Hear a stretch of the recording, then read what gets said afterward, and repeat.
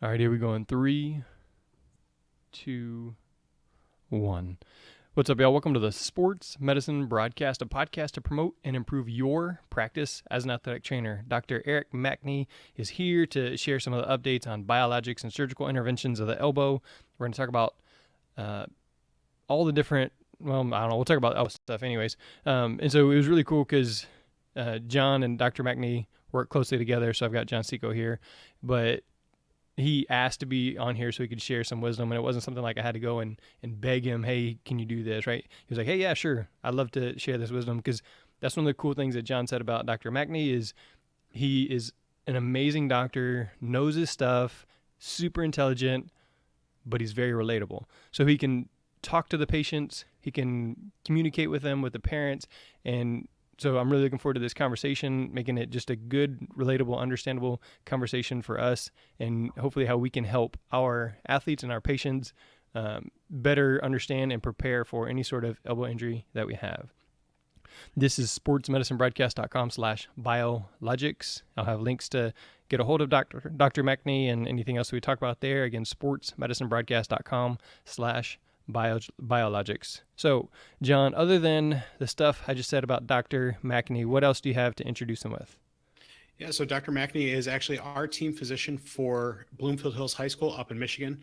And Eric, I'll actually let you kind of go from there, but of teams has a really solid resume when it comes to working with athletes, high school athletes, all the way from youth through the professional ranks. And like Jeremy said, like I mentioned, Jeremy, he's been an awesome resource for us at our high school and has been an amazing addition to our sports medicine team because of his ability to relate with our student athletes and relate to the types of injuries that he's seen throughout his career. So, Dr. Mackney, why don't you go ahead and tell us a little bit more about your resume and who you are? Thanks so much, John, and thanks so much for the kind introductions to both of you guys. I will say that being a team doc, life becomes much easier when you have a good training staff and a good head ATC. So I think much kudos go back to you, John, on that.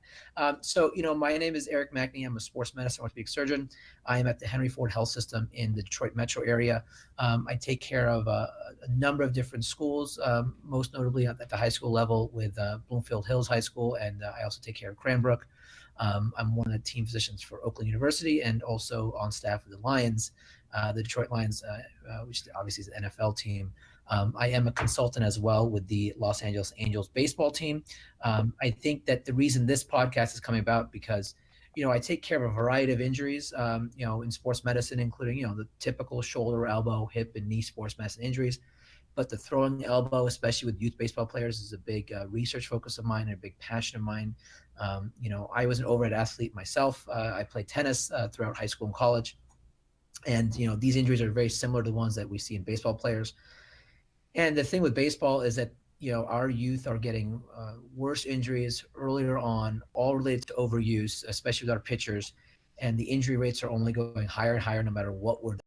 And I think that the more that our frontline staff and our athletic trainers know how to pick up on these injuries and communicate with the coaches, the better we can do in saving the arms of our kids. The only other background, I'm new to Michigan relatively. I've been here almost 4 years. I did all of my school in Boston at MIT and Harvard, and then did residency in New York at Columbia, and then went over to Chicago at Rush for my shoulder and sports medicine fellowship. And over there, we took care of the Chicago Bulls and the White Sox. So I've been very fortunate to get a good amount of pro experience. But I think that, if you ask most of us, the most rewarding part of our job is taking care of our youth athletes. So let's just jump right into it. What are the most common injuries that we're seeing in the youth population as a result of this specialization in the overuse injuries? Yeah, so I think, the reason why we're having so many problems in the youth arena is really twofold. One, and there's lots of data to support this, is that we're having our kids throw harder. And all the weighted ball programs are a big problem.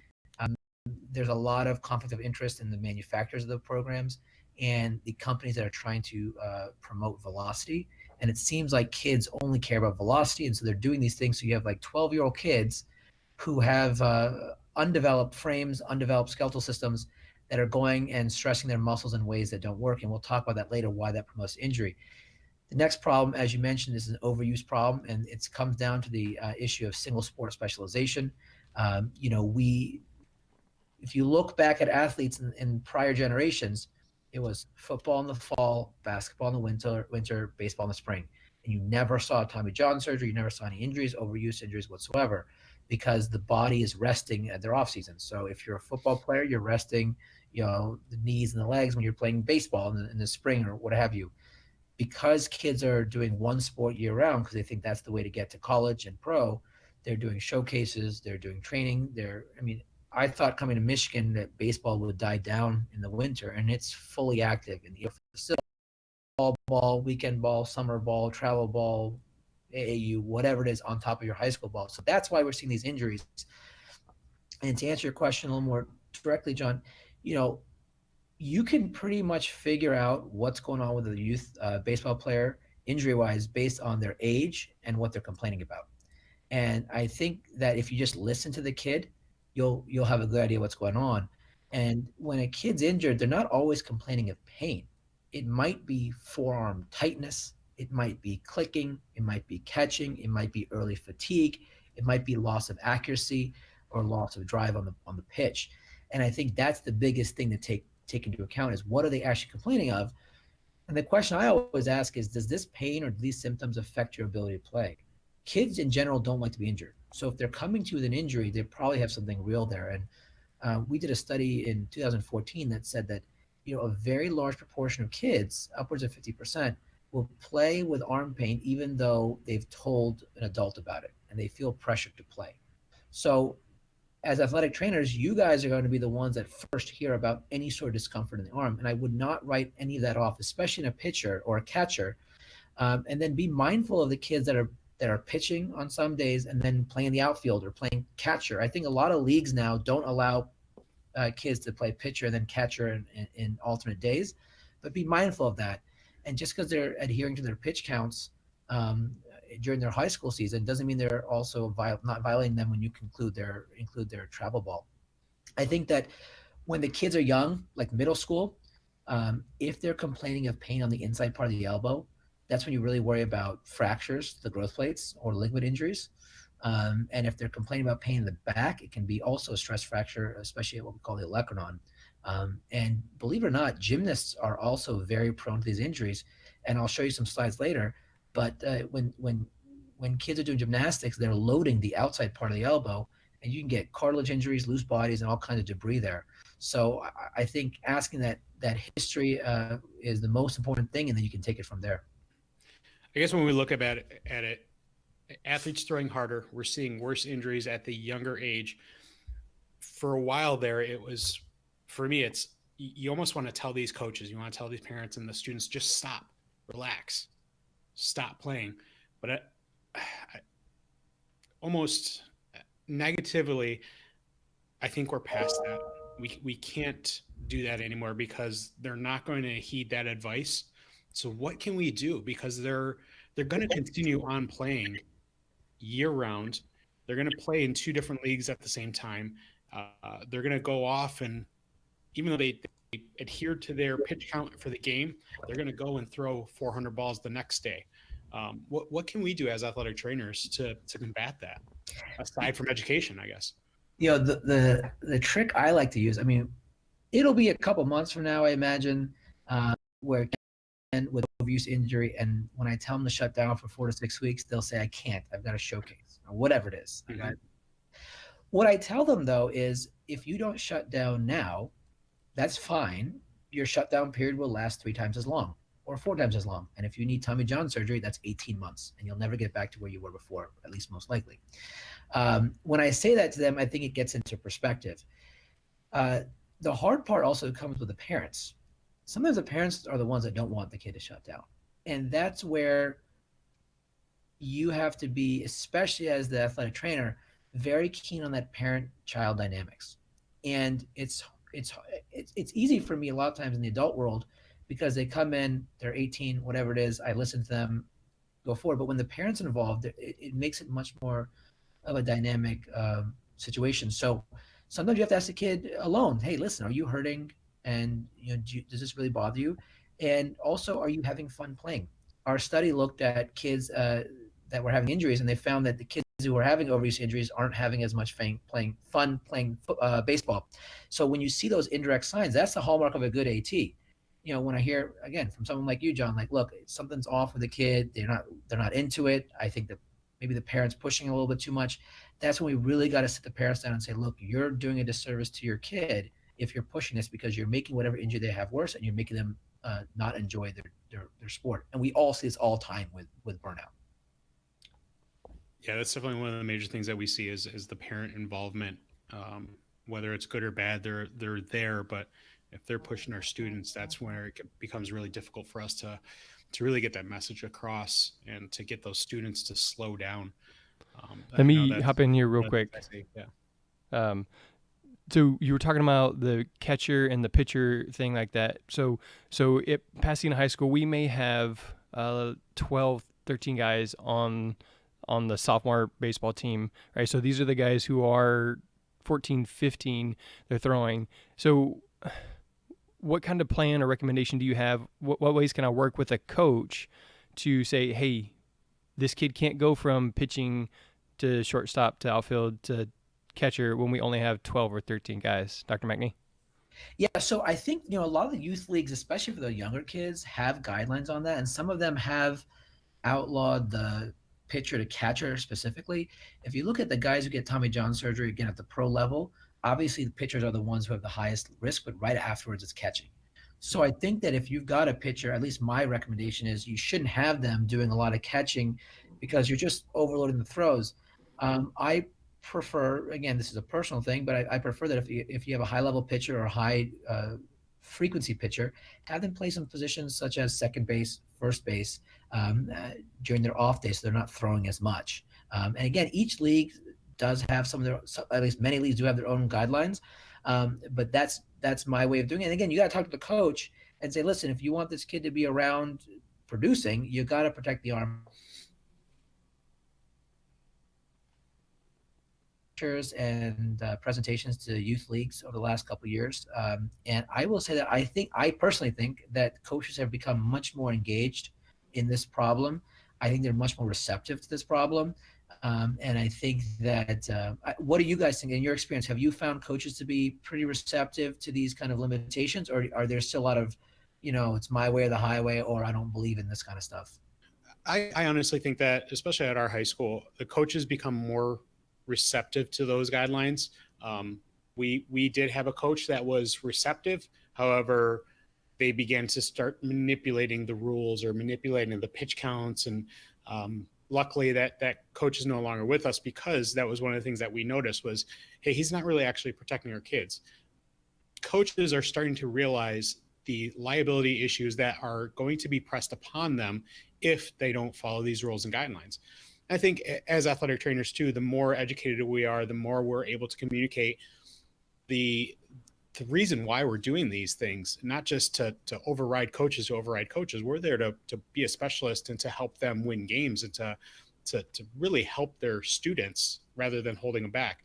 The more we as athletic trainers are doing that, the more receptive these coaches are, and they're accepting us into our teams, where it's like, hey, I have a pitching coach, I have a batting coach, and now I have someone who's a specialist in sports medicine, athletic training, and they're going to help me keep an eye on those students, because an athlete is never going to tell the coach, they're never going to tell the coach the truth when it comes to pain. But if they can go through a mediary like an athletic trainer, then they're more apt to listen, say, hey, let's not throw today, let's hold you off for another day, let's change your training regimen, whatever we need to do, so that they're able to participate longer rather than just burning them out in 3-4 weeks and then sitting for another 2 months, because we have seen that in the past. And interesting you bring up the liability. So Jimmy Andrews has a baseball course every year. It was in end of January, and I was on a panel with him, and we were talking about, again, liability and also the weighted balls. There's some data now that shows these weighted ball programs are causing injury, and also certainly violating pitch counts cause injury.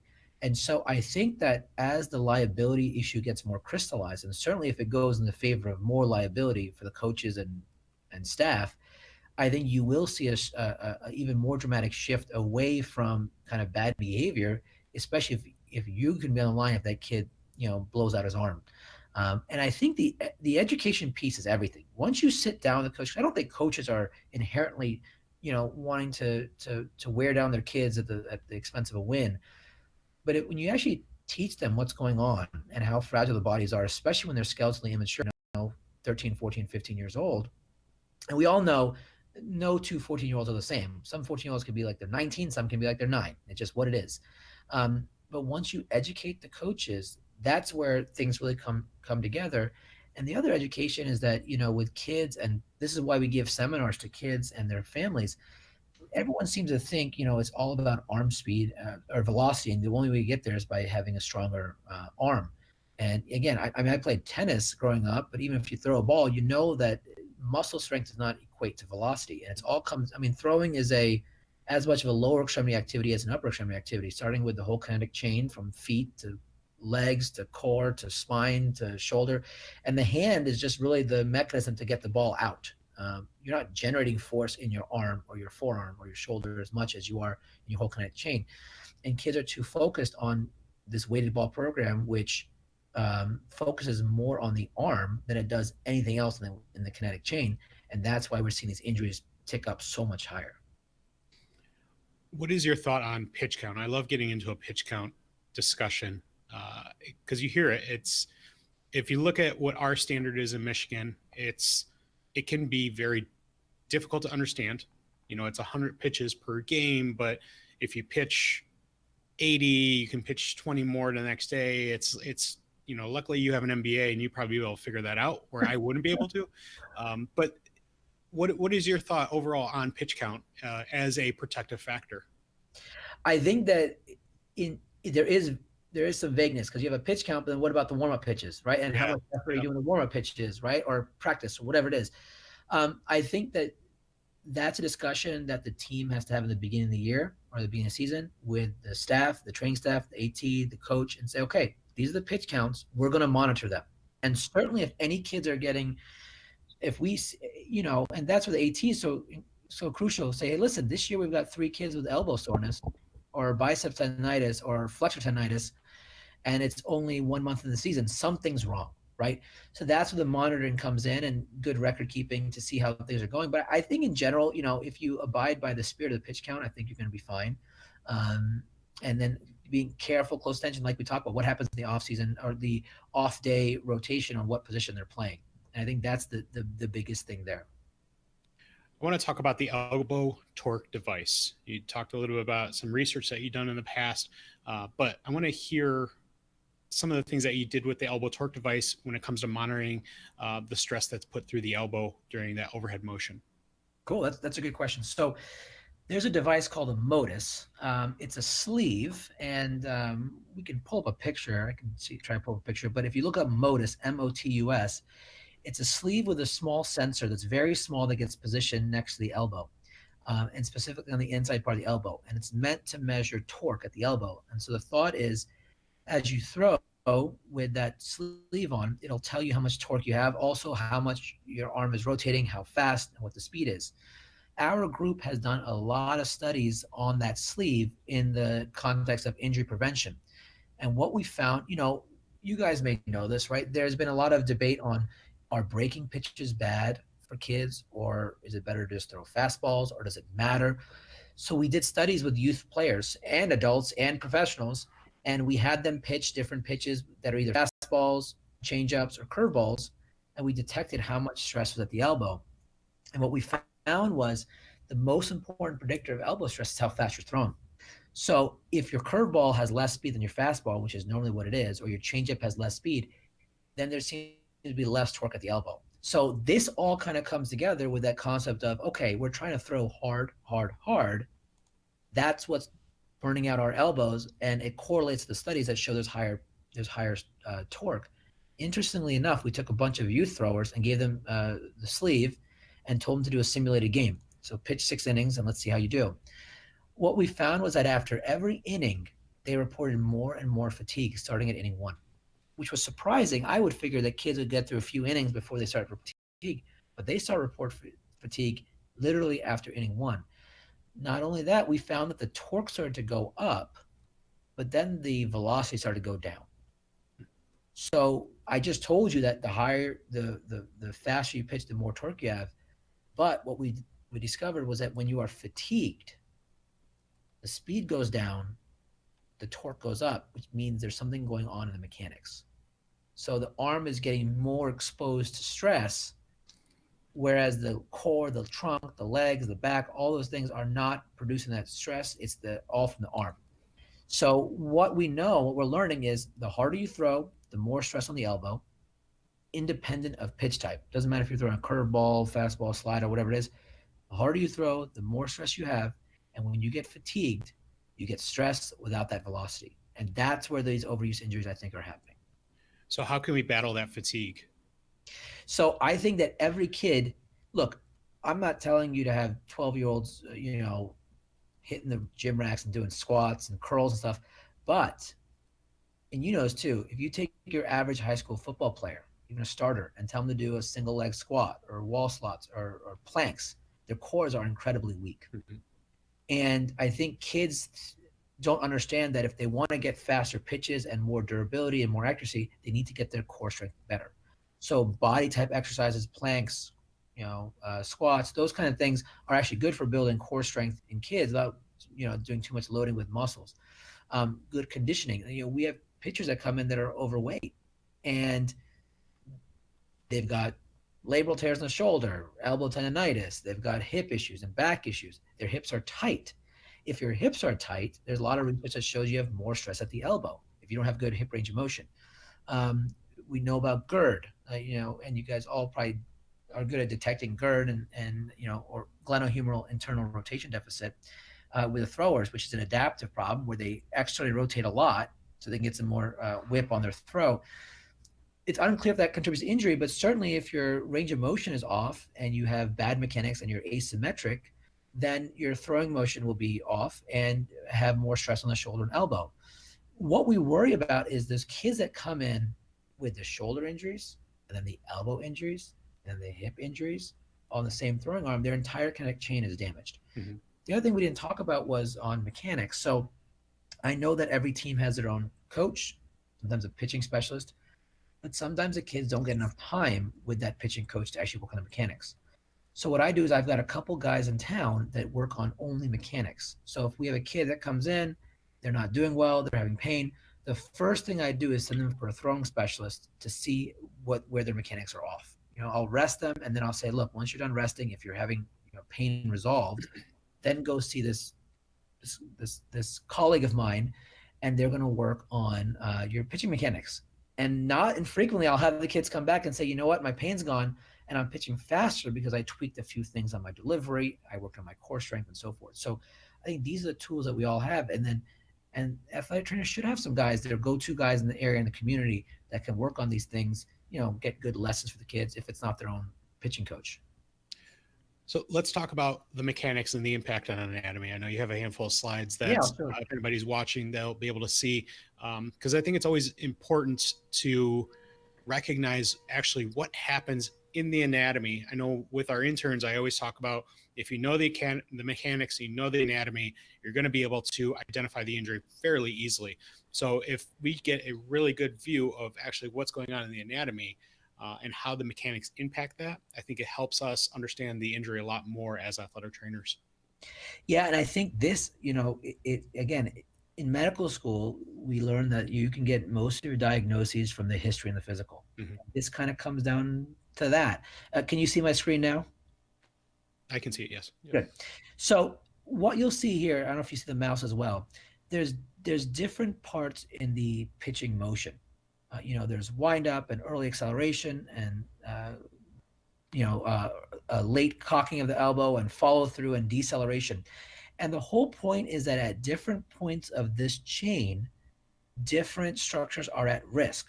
So this here is that late cocking, early acceleration phase here. You see how far back the elbow is.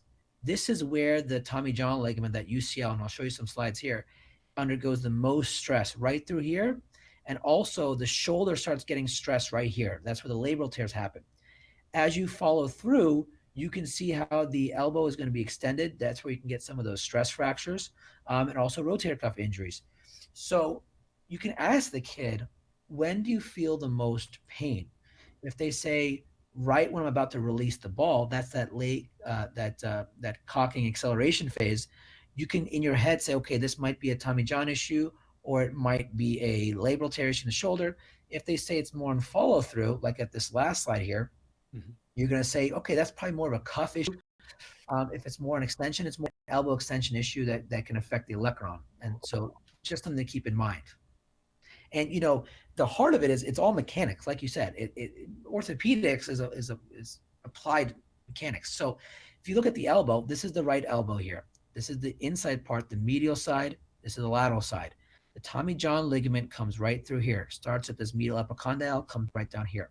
When you throw at the most stress, this medial side opens up, which is why you have that stretching here. The lateral side compresses down. So you get injury to the cartilage structures here. We were talking about that with the gymnasts. They get a lot of impaction here, and they get loose bodies and debris here because the cartilage wears off. When this is the back of the elbow, when you do your follow through and you extend your elbow, this olecranon, the back of the elbow drives into this olecranon fossa, and then you can get damage here. You can get stress fractures here. So this is an example. So when you're a kid, you have open growth plates. So I mean, for both of you guys, how often have you heard of a kid, younger, 10, 12 years old, saying, I was throwing out from the outfield and I felt a pop in the elbow on the inside part. And when that happens, it can be that the whole, this whole piece of bone where the ligament attached pulls off. That's called an avulsion fracture. And again, this is where the Tommy John ligament is. And when there's a growth plate, this is an area of weakness. So you can have a kid who has open growth plates. When they throw, it can pop off because the ligament's attached to the bone here, and the bone pulls off because the ligament's so strong. And the way you fix that is you put a screw through that piece of bone right there and hold it back together. This is, and I apologize, it's a little bit grainy, but this is the example of those loose bodies on the lateral part of the elbow, the outside part of the elbow. You can get cartilage debris, and these things can literally, it's like a marble in your shoe. The kid will say, my arm will lock up, it will catch. This happens a lot in the gymnast, like I said, where you get this debris that breaks off, and you can go in with a scope and pull them out. And this is an example of an olecranon stress fracture. This is where the old growth plate was. And as this is the flexed elbow, as this olecranon piece comes up to here, when the elbow extends, it keeps causing this injury, and you can get a stress fracture here. So, a lot of times you do need x-rays. So I think if you're concerned about the kid, it is important to get them in for an evaluation and seen by the doc, just to get x-rays and make sure none of these things have happened.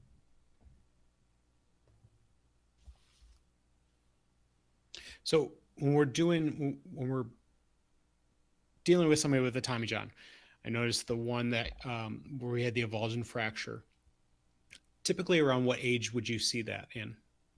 You see them in the adolescence, and it's variable. I just fixed one last week. He was a 14-year-old wrestler with elbow dislocate, but kind of like that early teens when the growth plate is still there and still closing. They can be very young, and on that inside part of the elbow, it's like this everywhere else in the body and every other joint. The ligament attaches to the bones. At that growth plate, it's weak. So when kids get injured at the growth plates, because it's just fibrous tissue there. But when you're throwing, there's such a force that it can literally break off. With the wrestler I fixed, he had a dislocation, but this happens with throwers all the time. Also, I've taken care of a number of quarterbacks where they throw and the whole thing, pops off. And when we talk about Tommy John surgery, I'll show you the slides here.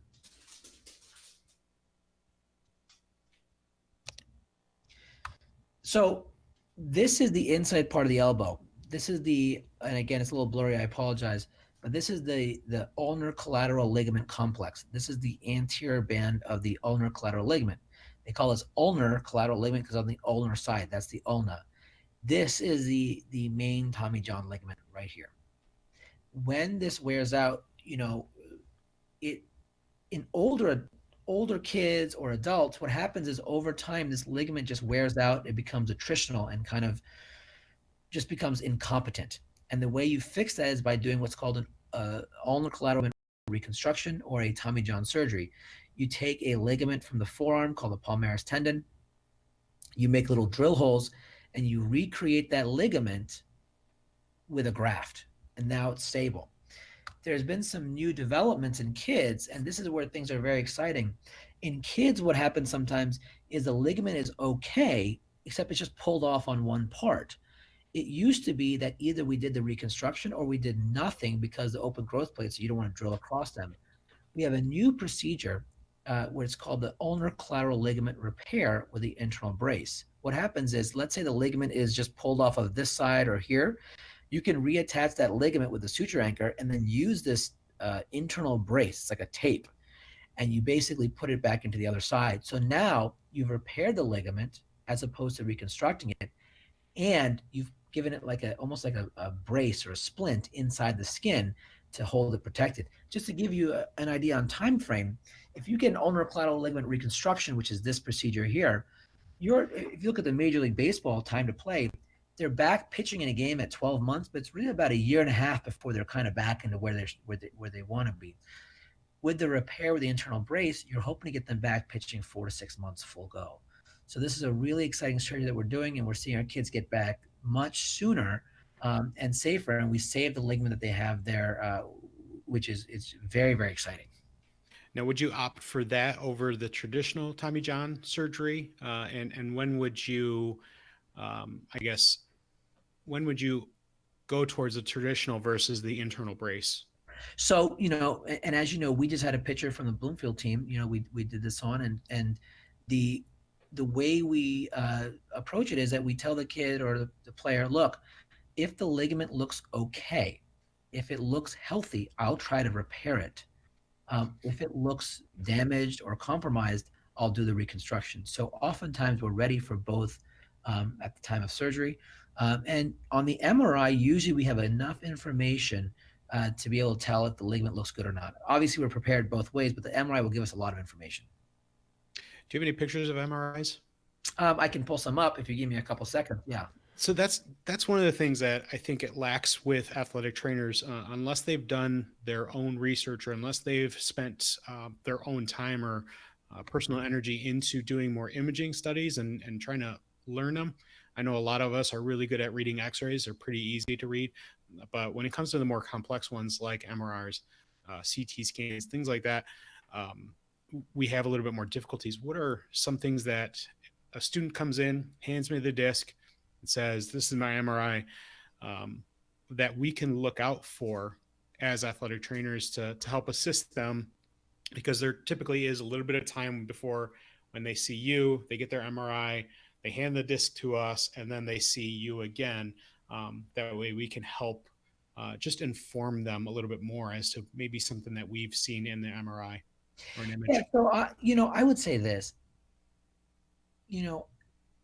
I would, if my recommendation for athletic trainers is that I wouldn't worry too much about reading the MRIs yourself. And the reason why is because they're not easy to read in terms of, it takes a lot of training to read the elbow MRIs, especially the UCL. They have to be made in a certain plane. And oftentimes I actually call the radiologist myself, review it with them, and read it myself, because if the images weren't taken in a certain way, if they weren't done appropriately, then they're actually not that diagnostic. So I'm going to try to pull up a couple images here for you, but I'll show you what to look for in the event that you do get a chance to look at them. Here, let's see here. The other thing is that MRIs help, but also you can get ultrasounds. Here, I'll show you something right here. I can pull this up.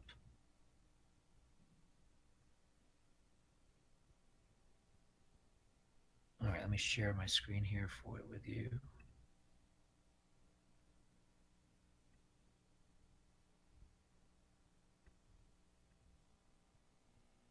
So this is one picture here. Do you see that, John, right here? Yeah. This is not a great quality MRI. I just found it online. But this is the ligament here. You see that medial epicondyle coming down. You see a disruption down here below. Now, this is a little bit thickened. It should be a nice black cord here. But if this was an acute injury, let's say the kid was pitching and it popped off and it was a single pitch and it's a younger player, you can hope that this ligament is still good enough that maybe you can try to repair that back down and use a brace. However, if this tissue quality when you get in the time of surgery is kind of patchy or loose or just low quality, then you're going to do the reconstruction and you'll still keep the ligament there. You'll kind of incorporate it in, but that's one thing to look out for right through there. Here's another picture here. You can see there's again a disruption here. That white here, there's some space there where the ligament's supposed to attach. The ligament doesn't look that great overall. You can see again, that's that ligament there attaching from the medial epicondyle down the ulna. The other thing is that, with the MRI, a lot of times we get it with dye. And if they had an MRI without dye, then it may not have all the diagnostic power that it would be if it had the dye. Because the dye, what happens when you put the dye in the joint, it will leak out where the injury is. And that will tell us how bad the tear is. So let's talk about non-surgical interventions. Yeah, and given that we want to talk about biologic, this is the time to do it. Mm-hmm. So I would say this for any player that comes in with a baseball-related injury, the first thing I'm doing is probably shutting them down. And I'll shut them down for about 4 to 6 weeks. When they're kids and they have the growth plates open, you'll see a widening of the growth plate called Little League elbow. That can be on the x-ray, but also symptomatically, if they're pointing to their, the medial epicondyle right there, it's hard to tell I'm wearing a sweater, but if they're pointing to the medial epicondyle, it's a good idea that's probably some sort of overuse, especially if they didn't have any acute injury. So I'll shut them down for about 4 to 6 weeks, and it's a real shutdown. No use of the arm for anything athletic. If they want to run, that's fine. If they want to bat, that's fine. I'm okay with it. But no, certainly lifting weights, no throwing, none of that. And if it is a little elbow, almost 9 times out of 10, if not more, they're doing great at that point, and they can slowly get back to throwing. What I'll tell everybody is at that point, if they've had that injury, I get them set up with physical therapy to work on the supporting muscles like the flexor tendon, the biceps, the triceps, the kinetic chain, and I will get them in for the throwing evaluation to make sure that they're on track with their mechanics. If that doesn't work, and if they're a little bit older and I'm worried about a ligament injury, I will get an MRI at some point. If 6 weeks go by, they're not getting any better or they're getting worse, I'll often get an MRI at that point, especially if I'm concerned about their physical exam, to see what's hurt. Now, as far as other non-operative treatment goes, there's a whole new wave of growing biologic treatment. And I think the biggest one is PRP, platelet-rich plasma. Basically, it's like a stem cell light. You draw off about a tube of blood, 30 cc's, 30 milliliters. It gets spun down in a special machine, and the platelets, the healing factors, are separated out and injected back in. And we can inject the ligament directly. There are some new research out there that has suggested up to a 67% success rate with partial Tommy John injuries in youth and adolescent pitchers. So I will often send kids for a PRP injection under ultrasound guidance with one of my partners to try to help the ligament heal, especially if it's a partial injury or kind of near that attachment site where I think it might heal, especially more proximally, which is near the medial epicondyle. And that's usually a 6 week at least afterwards, and then a gradual return to throwing after that. But the PRP injections are getting a lot more in favor, and there's more research. The only problem with the PRP is that it's cash only because it's not covered by insurance. Some places can charge $500, some places charge up to $1,000 or $1,500. But I would say that if you're a parent and you're going to get your kid an injection with PRP, you really want to go somewhere where it's a baseball specialist, or at least a baseball, a team of docs that take care of baseball players, because then they'll know the right protocol and where to do the injection. Jeremy, do you have any questions? One of the questions that came in on Facebook, and I think it would have fit earlier when we were talking about the arm care stuff, was Daniel asked, what is your recommendation for the best arm care program for before and after pitching so that we can hopefully prevent some of these injuries? So I think, I think it comes down to whatever you would do for your proper maintenance of, of the body before and after. So proper stretching, proper cool down afterwards, icing down afterwards. I think that where we lose track a little bit is on focus on the core. And I think that core strengthening and that maintenance program is so important. And I think if we can do a better job of that with our youth pitchers, that's really important. Range of motion and flexibility is super important as well, especially with even the hips and the shoulders. if there's big imbalance in internal rotation or external rotation with the shoulders, especially in an abduction position, like when you measure GERD, that is probably setting the kids up for an issue. And it's not just because there's a muscle imbalance or a range of motion imbalance, but more because they're probably got some optimization left to do in terms of flexibility and strengthening. So I think that's important. I think that I have a picture I use in presentations. My old boss sent me. His kid is 10 years old, and 4 out of 5 guys on the bench after a baseball game were icing their elbows. So that's a problem, right? So ice as like maybe just to kind of cool down. But if it's actually you're in a lot of pain afterwards, kids should not be in pain after they throw. They should not be in pain the day after they throw. They should not have that soreness. So I think that means that you got to kind of rest the kid a little more or figure out what's going on. One of the things recently, Dr. Meeks interviewed and talked about PRP and how it's at this point almost a marketing thing as much as it is science. And so talk a little bit about that. As you mentioned, PRP is shown up to 67% success. So talk a little bit about how they can go about finding the correct use and things like that. So PRP, and stem cells, since they are cash businesses, they are very heavily marketed. And you have PRPs, you guys may see this on the news, the vampire facials, where they're doing microneedling of the skin and injecting PRP in the face, PRP to do hair growth, PRP for all kinds of wacky purposes. And I think there should be a lot of concern because of that over marketing. PRP, there's different ways to make it, to draw it up. There's different formularies, there's different efficacies, and there's different administrations. I mean, it's a very variable and unregulated business. And like I said, it's cash. So it's a blood draw, so it's pretty easy to do. So people are happy to charge $1,000 and more for that purpose. My practice is to recommend PRP when there's science to support it. There's a few indications. There is good data in the youth throwing population that PRP is helpful, especially for partial thickness tears. And I think that there's a relatively low downside. So baseball is a very, very nuanced injury sport to deal with because of the way the stresses of the arm are. So I think if you have a provider that's comfortable taking care of baseball players with a track record of taking care of baseball players, and you feel comfortable that they're giving you good information, then I think it's reasonable to follow their suit on this. So as with everything, you take it with a grain of salt, but there is some good data in the right situation. All right. So as we're kind of talking about the PRP, are there any other like biologic solutions or the repair? Do you include that PRP in the repair as well to kind of like double up? Yeah. So there's a lot of biologic options. There's stem cells. There's even amniotic fluid cells. There's all kinds of different preparations. I think PRP is the one that's we hear of more. And most of the big leaguers will get PRP injections, less so stem cell. I don't typically add PRP at the time of surgery because there's bleeding anyway in the surgery, and so you'd hope that there's some good healing factors there. And when we drill into the bone marrow cells come out, and those have some healing potential as well. And those are stem cells as well. So I don't typically add them, but sometimes in surgery you do, depending on what you're trying to fix. All right. So in any other injury, so I know we're being focused on elbow, but putting PRP in any other surgery, is it normal practice?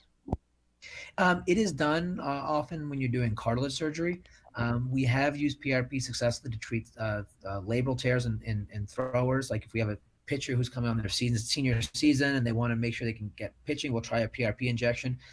There's relatively low downside. It just comes at a cost. But yeah, sometimes for tendon repairs, we will do PRP or stem cell on top of it, or for fracture healing too, to try to get the bones to heal a little better. All right, and going back to Daniel's questions, you mentioned core is critical. So what are some of the things that you feel are important in the core strengthening or hip mobility for our athletes? I think anything that would be part of a normal conditioning that's age appropriate is reasonable. I think that, we just have to keep on top of things with our parents and coaches that any sort of isolated focus on the arm a little too early is probably going to cause some sort of downside or some sort of injury risk. So I think just the normal, healthy routines for the core strengthening is fully appropriate. And when you have kids that are struggling, checking to make sure they're not unusually weak and addressing those, again, in an age-appropriate manner, especially with these kids. One of the things I remember from workshops was the images of the elbow, like if it's straightened, or I can't remember for sure, but like if it was not at 90 degrees, like the shoulder and the elbow at 90 degrees when they're in the cocking phase, then they're a lot more likely to be injured. Is it? I think I know that the Andrews group with Glenn Fleissig has led a lot of research on that. I'd have to get back to see if there's any sort of direct correlation with injury risk with the angles. I don't think there is, but I'd have to check on that. Yeah, it was kind of a bad question because I didn't have all the details, but I remember them showing like kids will lean to the side to compensate because they don't have that strength or the mobility. And again, just talking about like echoing everything you've been saying, just that the poor mechanics is what usually cause the injuries, and then we're trying to have them throw too hard or over the course of a whole year. I've seen the picture of the baseball pitchers with their extreme rotation. I mean, it's an adaptive mechanism that allows you to throw the ball faster by getting that X rotation. So that's why kids who, if you never threw and you're 12 years old and you want to be a pitcher, it's not going to happen because you just don't have that adaptive response with the remodeling. So I think a lot of that is natural. Those motions is a natural adaptation to getting more velocity and more motion on the ball. But again, keeping it not too asymmetric will be the key. All right, so just yesterday I was walking out by baseball practice, and one of the outfielders was throwing the ball and launching it probably from the foul line to center field, but then he's playing catch with a guy who has to about 10 hop it back to him, right? And so situations like that also create problems for us because you got one guy that can throw it hard, and then the next guy is trying to throw it hard to help him practice, but now he's ended up just chunking it as hard as he can. So what about situations like that? How can we help mitigate injuries? Well, we talk about this at the baseball course too. Again, if you have a team of 13-year-olds, some 13-year-olds are stronger than I am, and those kids are going to throw really far. And you have 13-year-olds who are built like 9-year-olds, and unfortunately, those are the ones that are going to try to catch up as much as they can and always kind of catch the leader of the pack. So that's just, again, being mindful as an AT or as a coach, just to kind of pair the kids up properly and know that the kids that are smaller are going to try to catch up. And you just want to make sure it's not done in an unhealthy way. All right. So Dr. Mackney, I think we've covered most of what we want. Any other thoughts, concerns you want to get out there to athletic trainers? No, I think this is great. I mean, I think that, please feel free to pass on my contact information. I'm happy to answer any questions, but, I think it's good to pair up with a doc who likes baseball and can learn with you because we're all learning still. And I think that, there's a lot of research, and so just staying active in what's coming down the pike. All right. And so reaching out to you would be ericmackneymd.com. And is that the easiest way to get a hold of you?